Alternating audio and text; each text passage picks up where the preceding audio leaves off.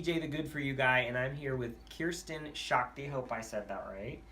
Shockey. Okay, so sorry. And she's also here at Mother Earth News Fair in Asheville, North Carolina, and she has a great book called Fermented Vegetables.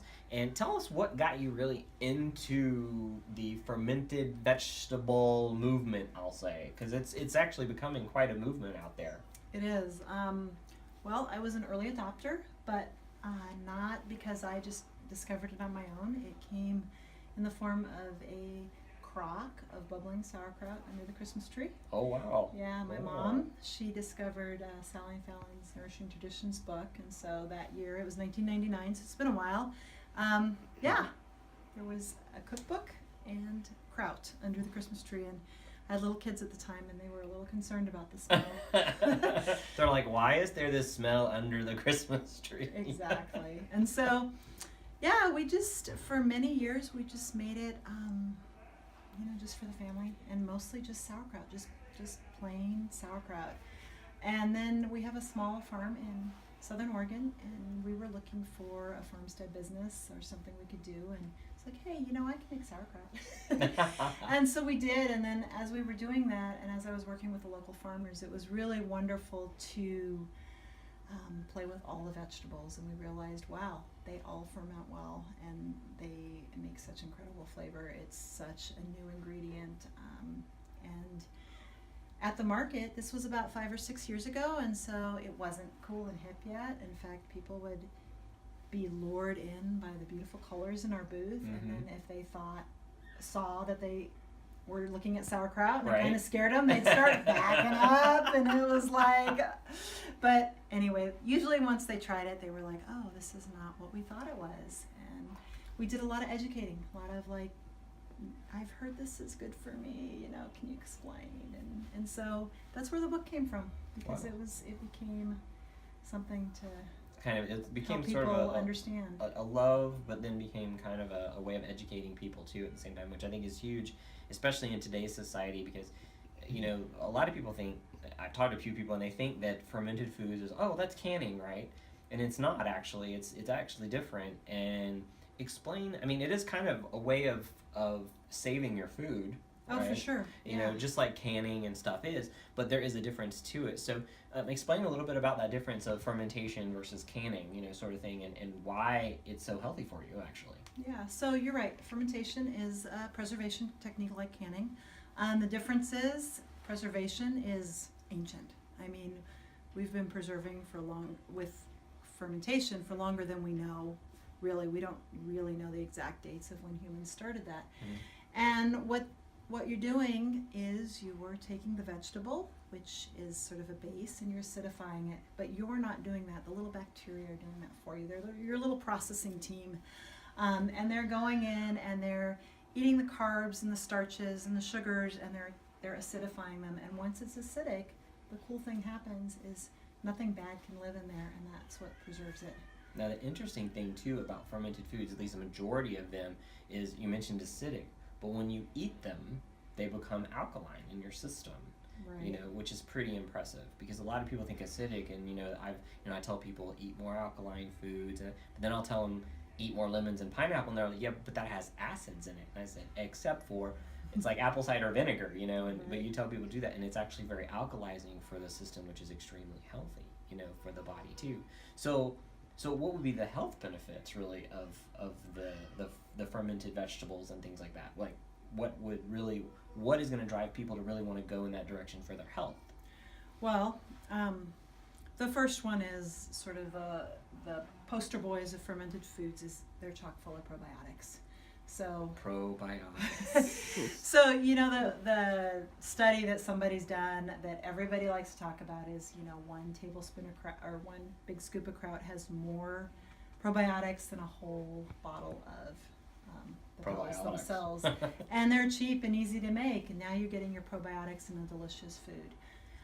So yeah, that's great, but what's really cool is you're making this food more bioavailable. So the process, as the vegetables are getting fermented, the vitamin C is going up. Vitamin K2, which helps you process your D, is now on board. You've got some B12, And because those little bacteria are pre-digesting the starches and the carbs that are a little difficult for your body, you can uptake it more. So the bioavailability goes up. And so now you've got this higher, more nutrient dense food that you can actually get more out of. So that's pretty fantastic. Yeah, it's really awesome. And also the thing about fermented foods too is you don't have to use them as just a food. There's several ways that you can use them as just like condiments on the side of your food that will still give you those benefits as well. You know, like your relishes and things like that, but they're more fermented versions of those. You know, but they're full of flavor. You know, I love sauerkraut myself. Out in California, we used to get some out there, and they had like different flavors, and then they would actually take the juice afterwards and bottle it and sell the juice. And it was, you would take like a shot of the juice a couple of times a day, you know, sort of thing. And they had one that was awesome. It was like jalapeno and the sauerkraut, you know, kind of combination. So it's like you don't have to be boring, you know, which I think is great with your book. And actually, you can eat sauerkraut every day of the year and never eat a cabbage. I mean, obviously sauerkraut is sort of cabbage, but what I'm talking about is like ferments. I mean, hot sauces. You can have fermented hot sauces. You can have guys, hot sauces with probiotics. Guys, you need to get into this. Not just the ladies. Guys, hear this. Okay, sorry. Hot sauce. Hot sauce. So and you know, another thing that a lot of people like to ferment are carrots or beets or some of these other things, and you're never even touching a cabbage. So if you think you don't like ferments, you know, think twice. Try a lot of different things before you. How many recipes are in this book? There look like a lot of them. A lot of them. You know, I forget the count. I know it's over 120. And what we've done is we've gone A to Z, and that way people can either pick their favorite vegetable, or they can be at the farmer's market or at the market or their CSA box and just say, wow, I've got a lot of turnips and I really don't like turnips. Is there something different I can do? And people will find that actually they like fermented turnips. And so that's how we organized it. And the very last part is how to use them in recipes, because they are a new ingredient. Yeah. And so there is just eating them out of the jar, and that is a perfectly valid way to eat your ferments. Enjoy them. Right. But I like to see them as a convenience food for me as a busy person, and we all are busy people. That's, you know, nothing unique to me. We're all used to that convenience, that quick. I think you and I were talking about that earlier, where, you know, people are all about something quick, something easy. You know, I know who you are, and you know who you are out there. You're looking for something convenient, and that you always have that excuse of fast food. This is actually really healthy fast food. Yes, you do have to spend a little bit of time with it, right?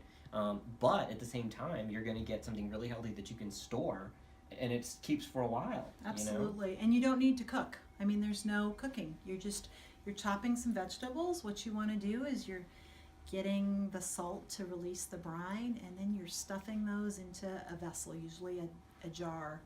And you do this, you spend a couple hours one morning, and you can make 3 or 4 or 6 different varieties. And then even when there's nothing else in your fridge, you've got like this convenient salad. You've got something fresh to throw on, you know, whatever your soup, and it's so much cheaper than, especially if you're buying locally at your farmer's market, because usually you get much better prices there.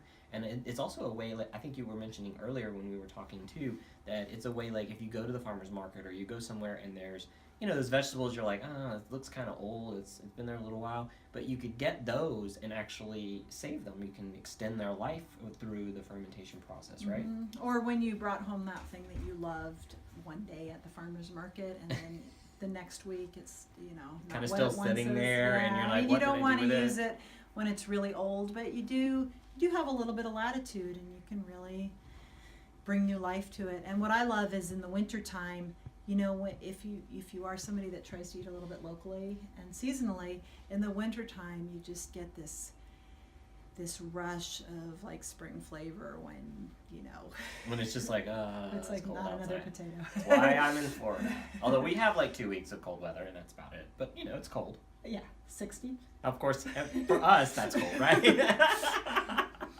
You're from like Oregon, right? Right, Southern Oregon. So it snows. It does. We gets get snow. pretty cold. We get rain. Yeah, that's what I thought. Now, so the book, It's called Fermented Vegetables, and what are some of your favorite recipes in there? By the way, I'm interested. Like, what are some of your favorites that are in there? You know, my favorites are always changing, but one of my favorites is the cerdito, which is simply a sauerkraut, but it's off of a traditional El Salvadorian type of kraut, and it's got cumin, oregano, onions, and garlic, and a little bit of hot pepper, or you can put a lot of hot pepper in it. But what's so great about it, if you like salsa, and who doesn't like fresh salsa, you get that pico de gallo feeling. So your burrito, your taco, fish taco, you know, you can make a dip with it with your chips, and you can still have like these foods that feel like they're sinful foods, but you're totally being healthy. So that's a really good one. We just always have cerdito on hand. And then some of my other favorites are, of course, the hot sauces and things like that. Hot sauces, guys. Hot sauces. And yeah, it just changes, you know, like with the different seasons, different things are just suddenly tasting amazing. So it's amazing when you start eating seasonally too, I think, because you start realizing these things are fresher and you're getting a really good source of minerals and vitamins, but you're getting it at the peak time, you know. Right, and with fermentation, that's the cool part, is if you're making it at that peak time, you get to save it. So let's say you are an asparagus fan and you really like asparagus season, which is now,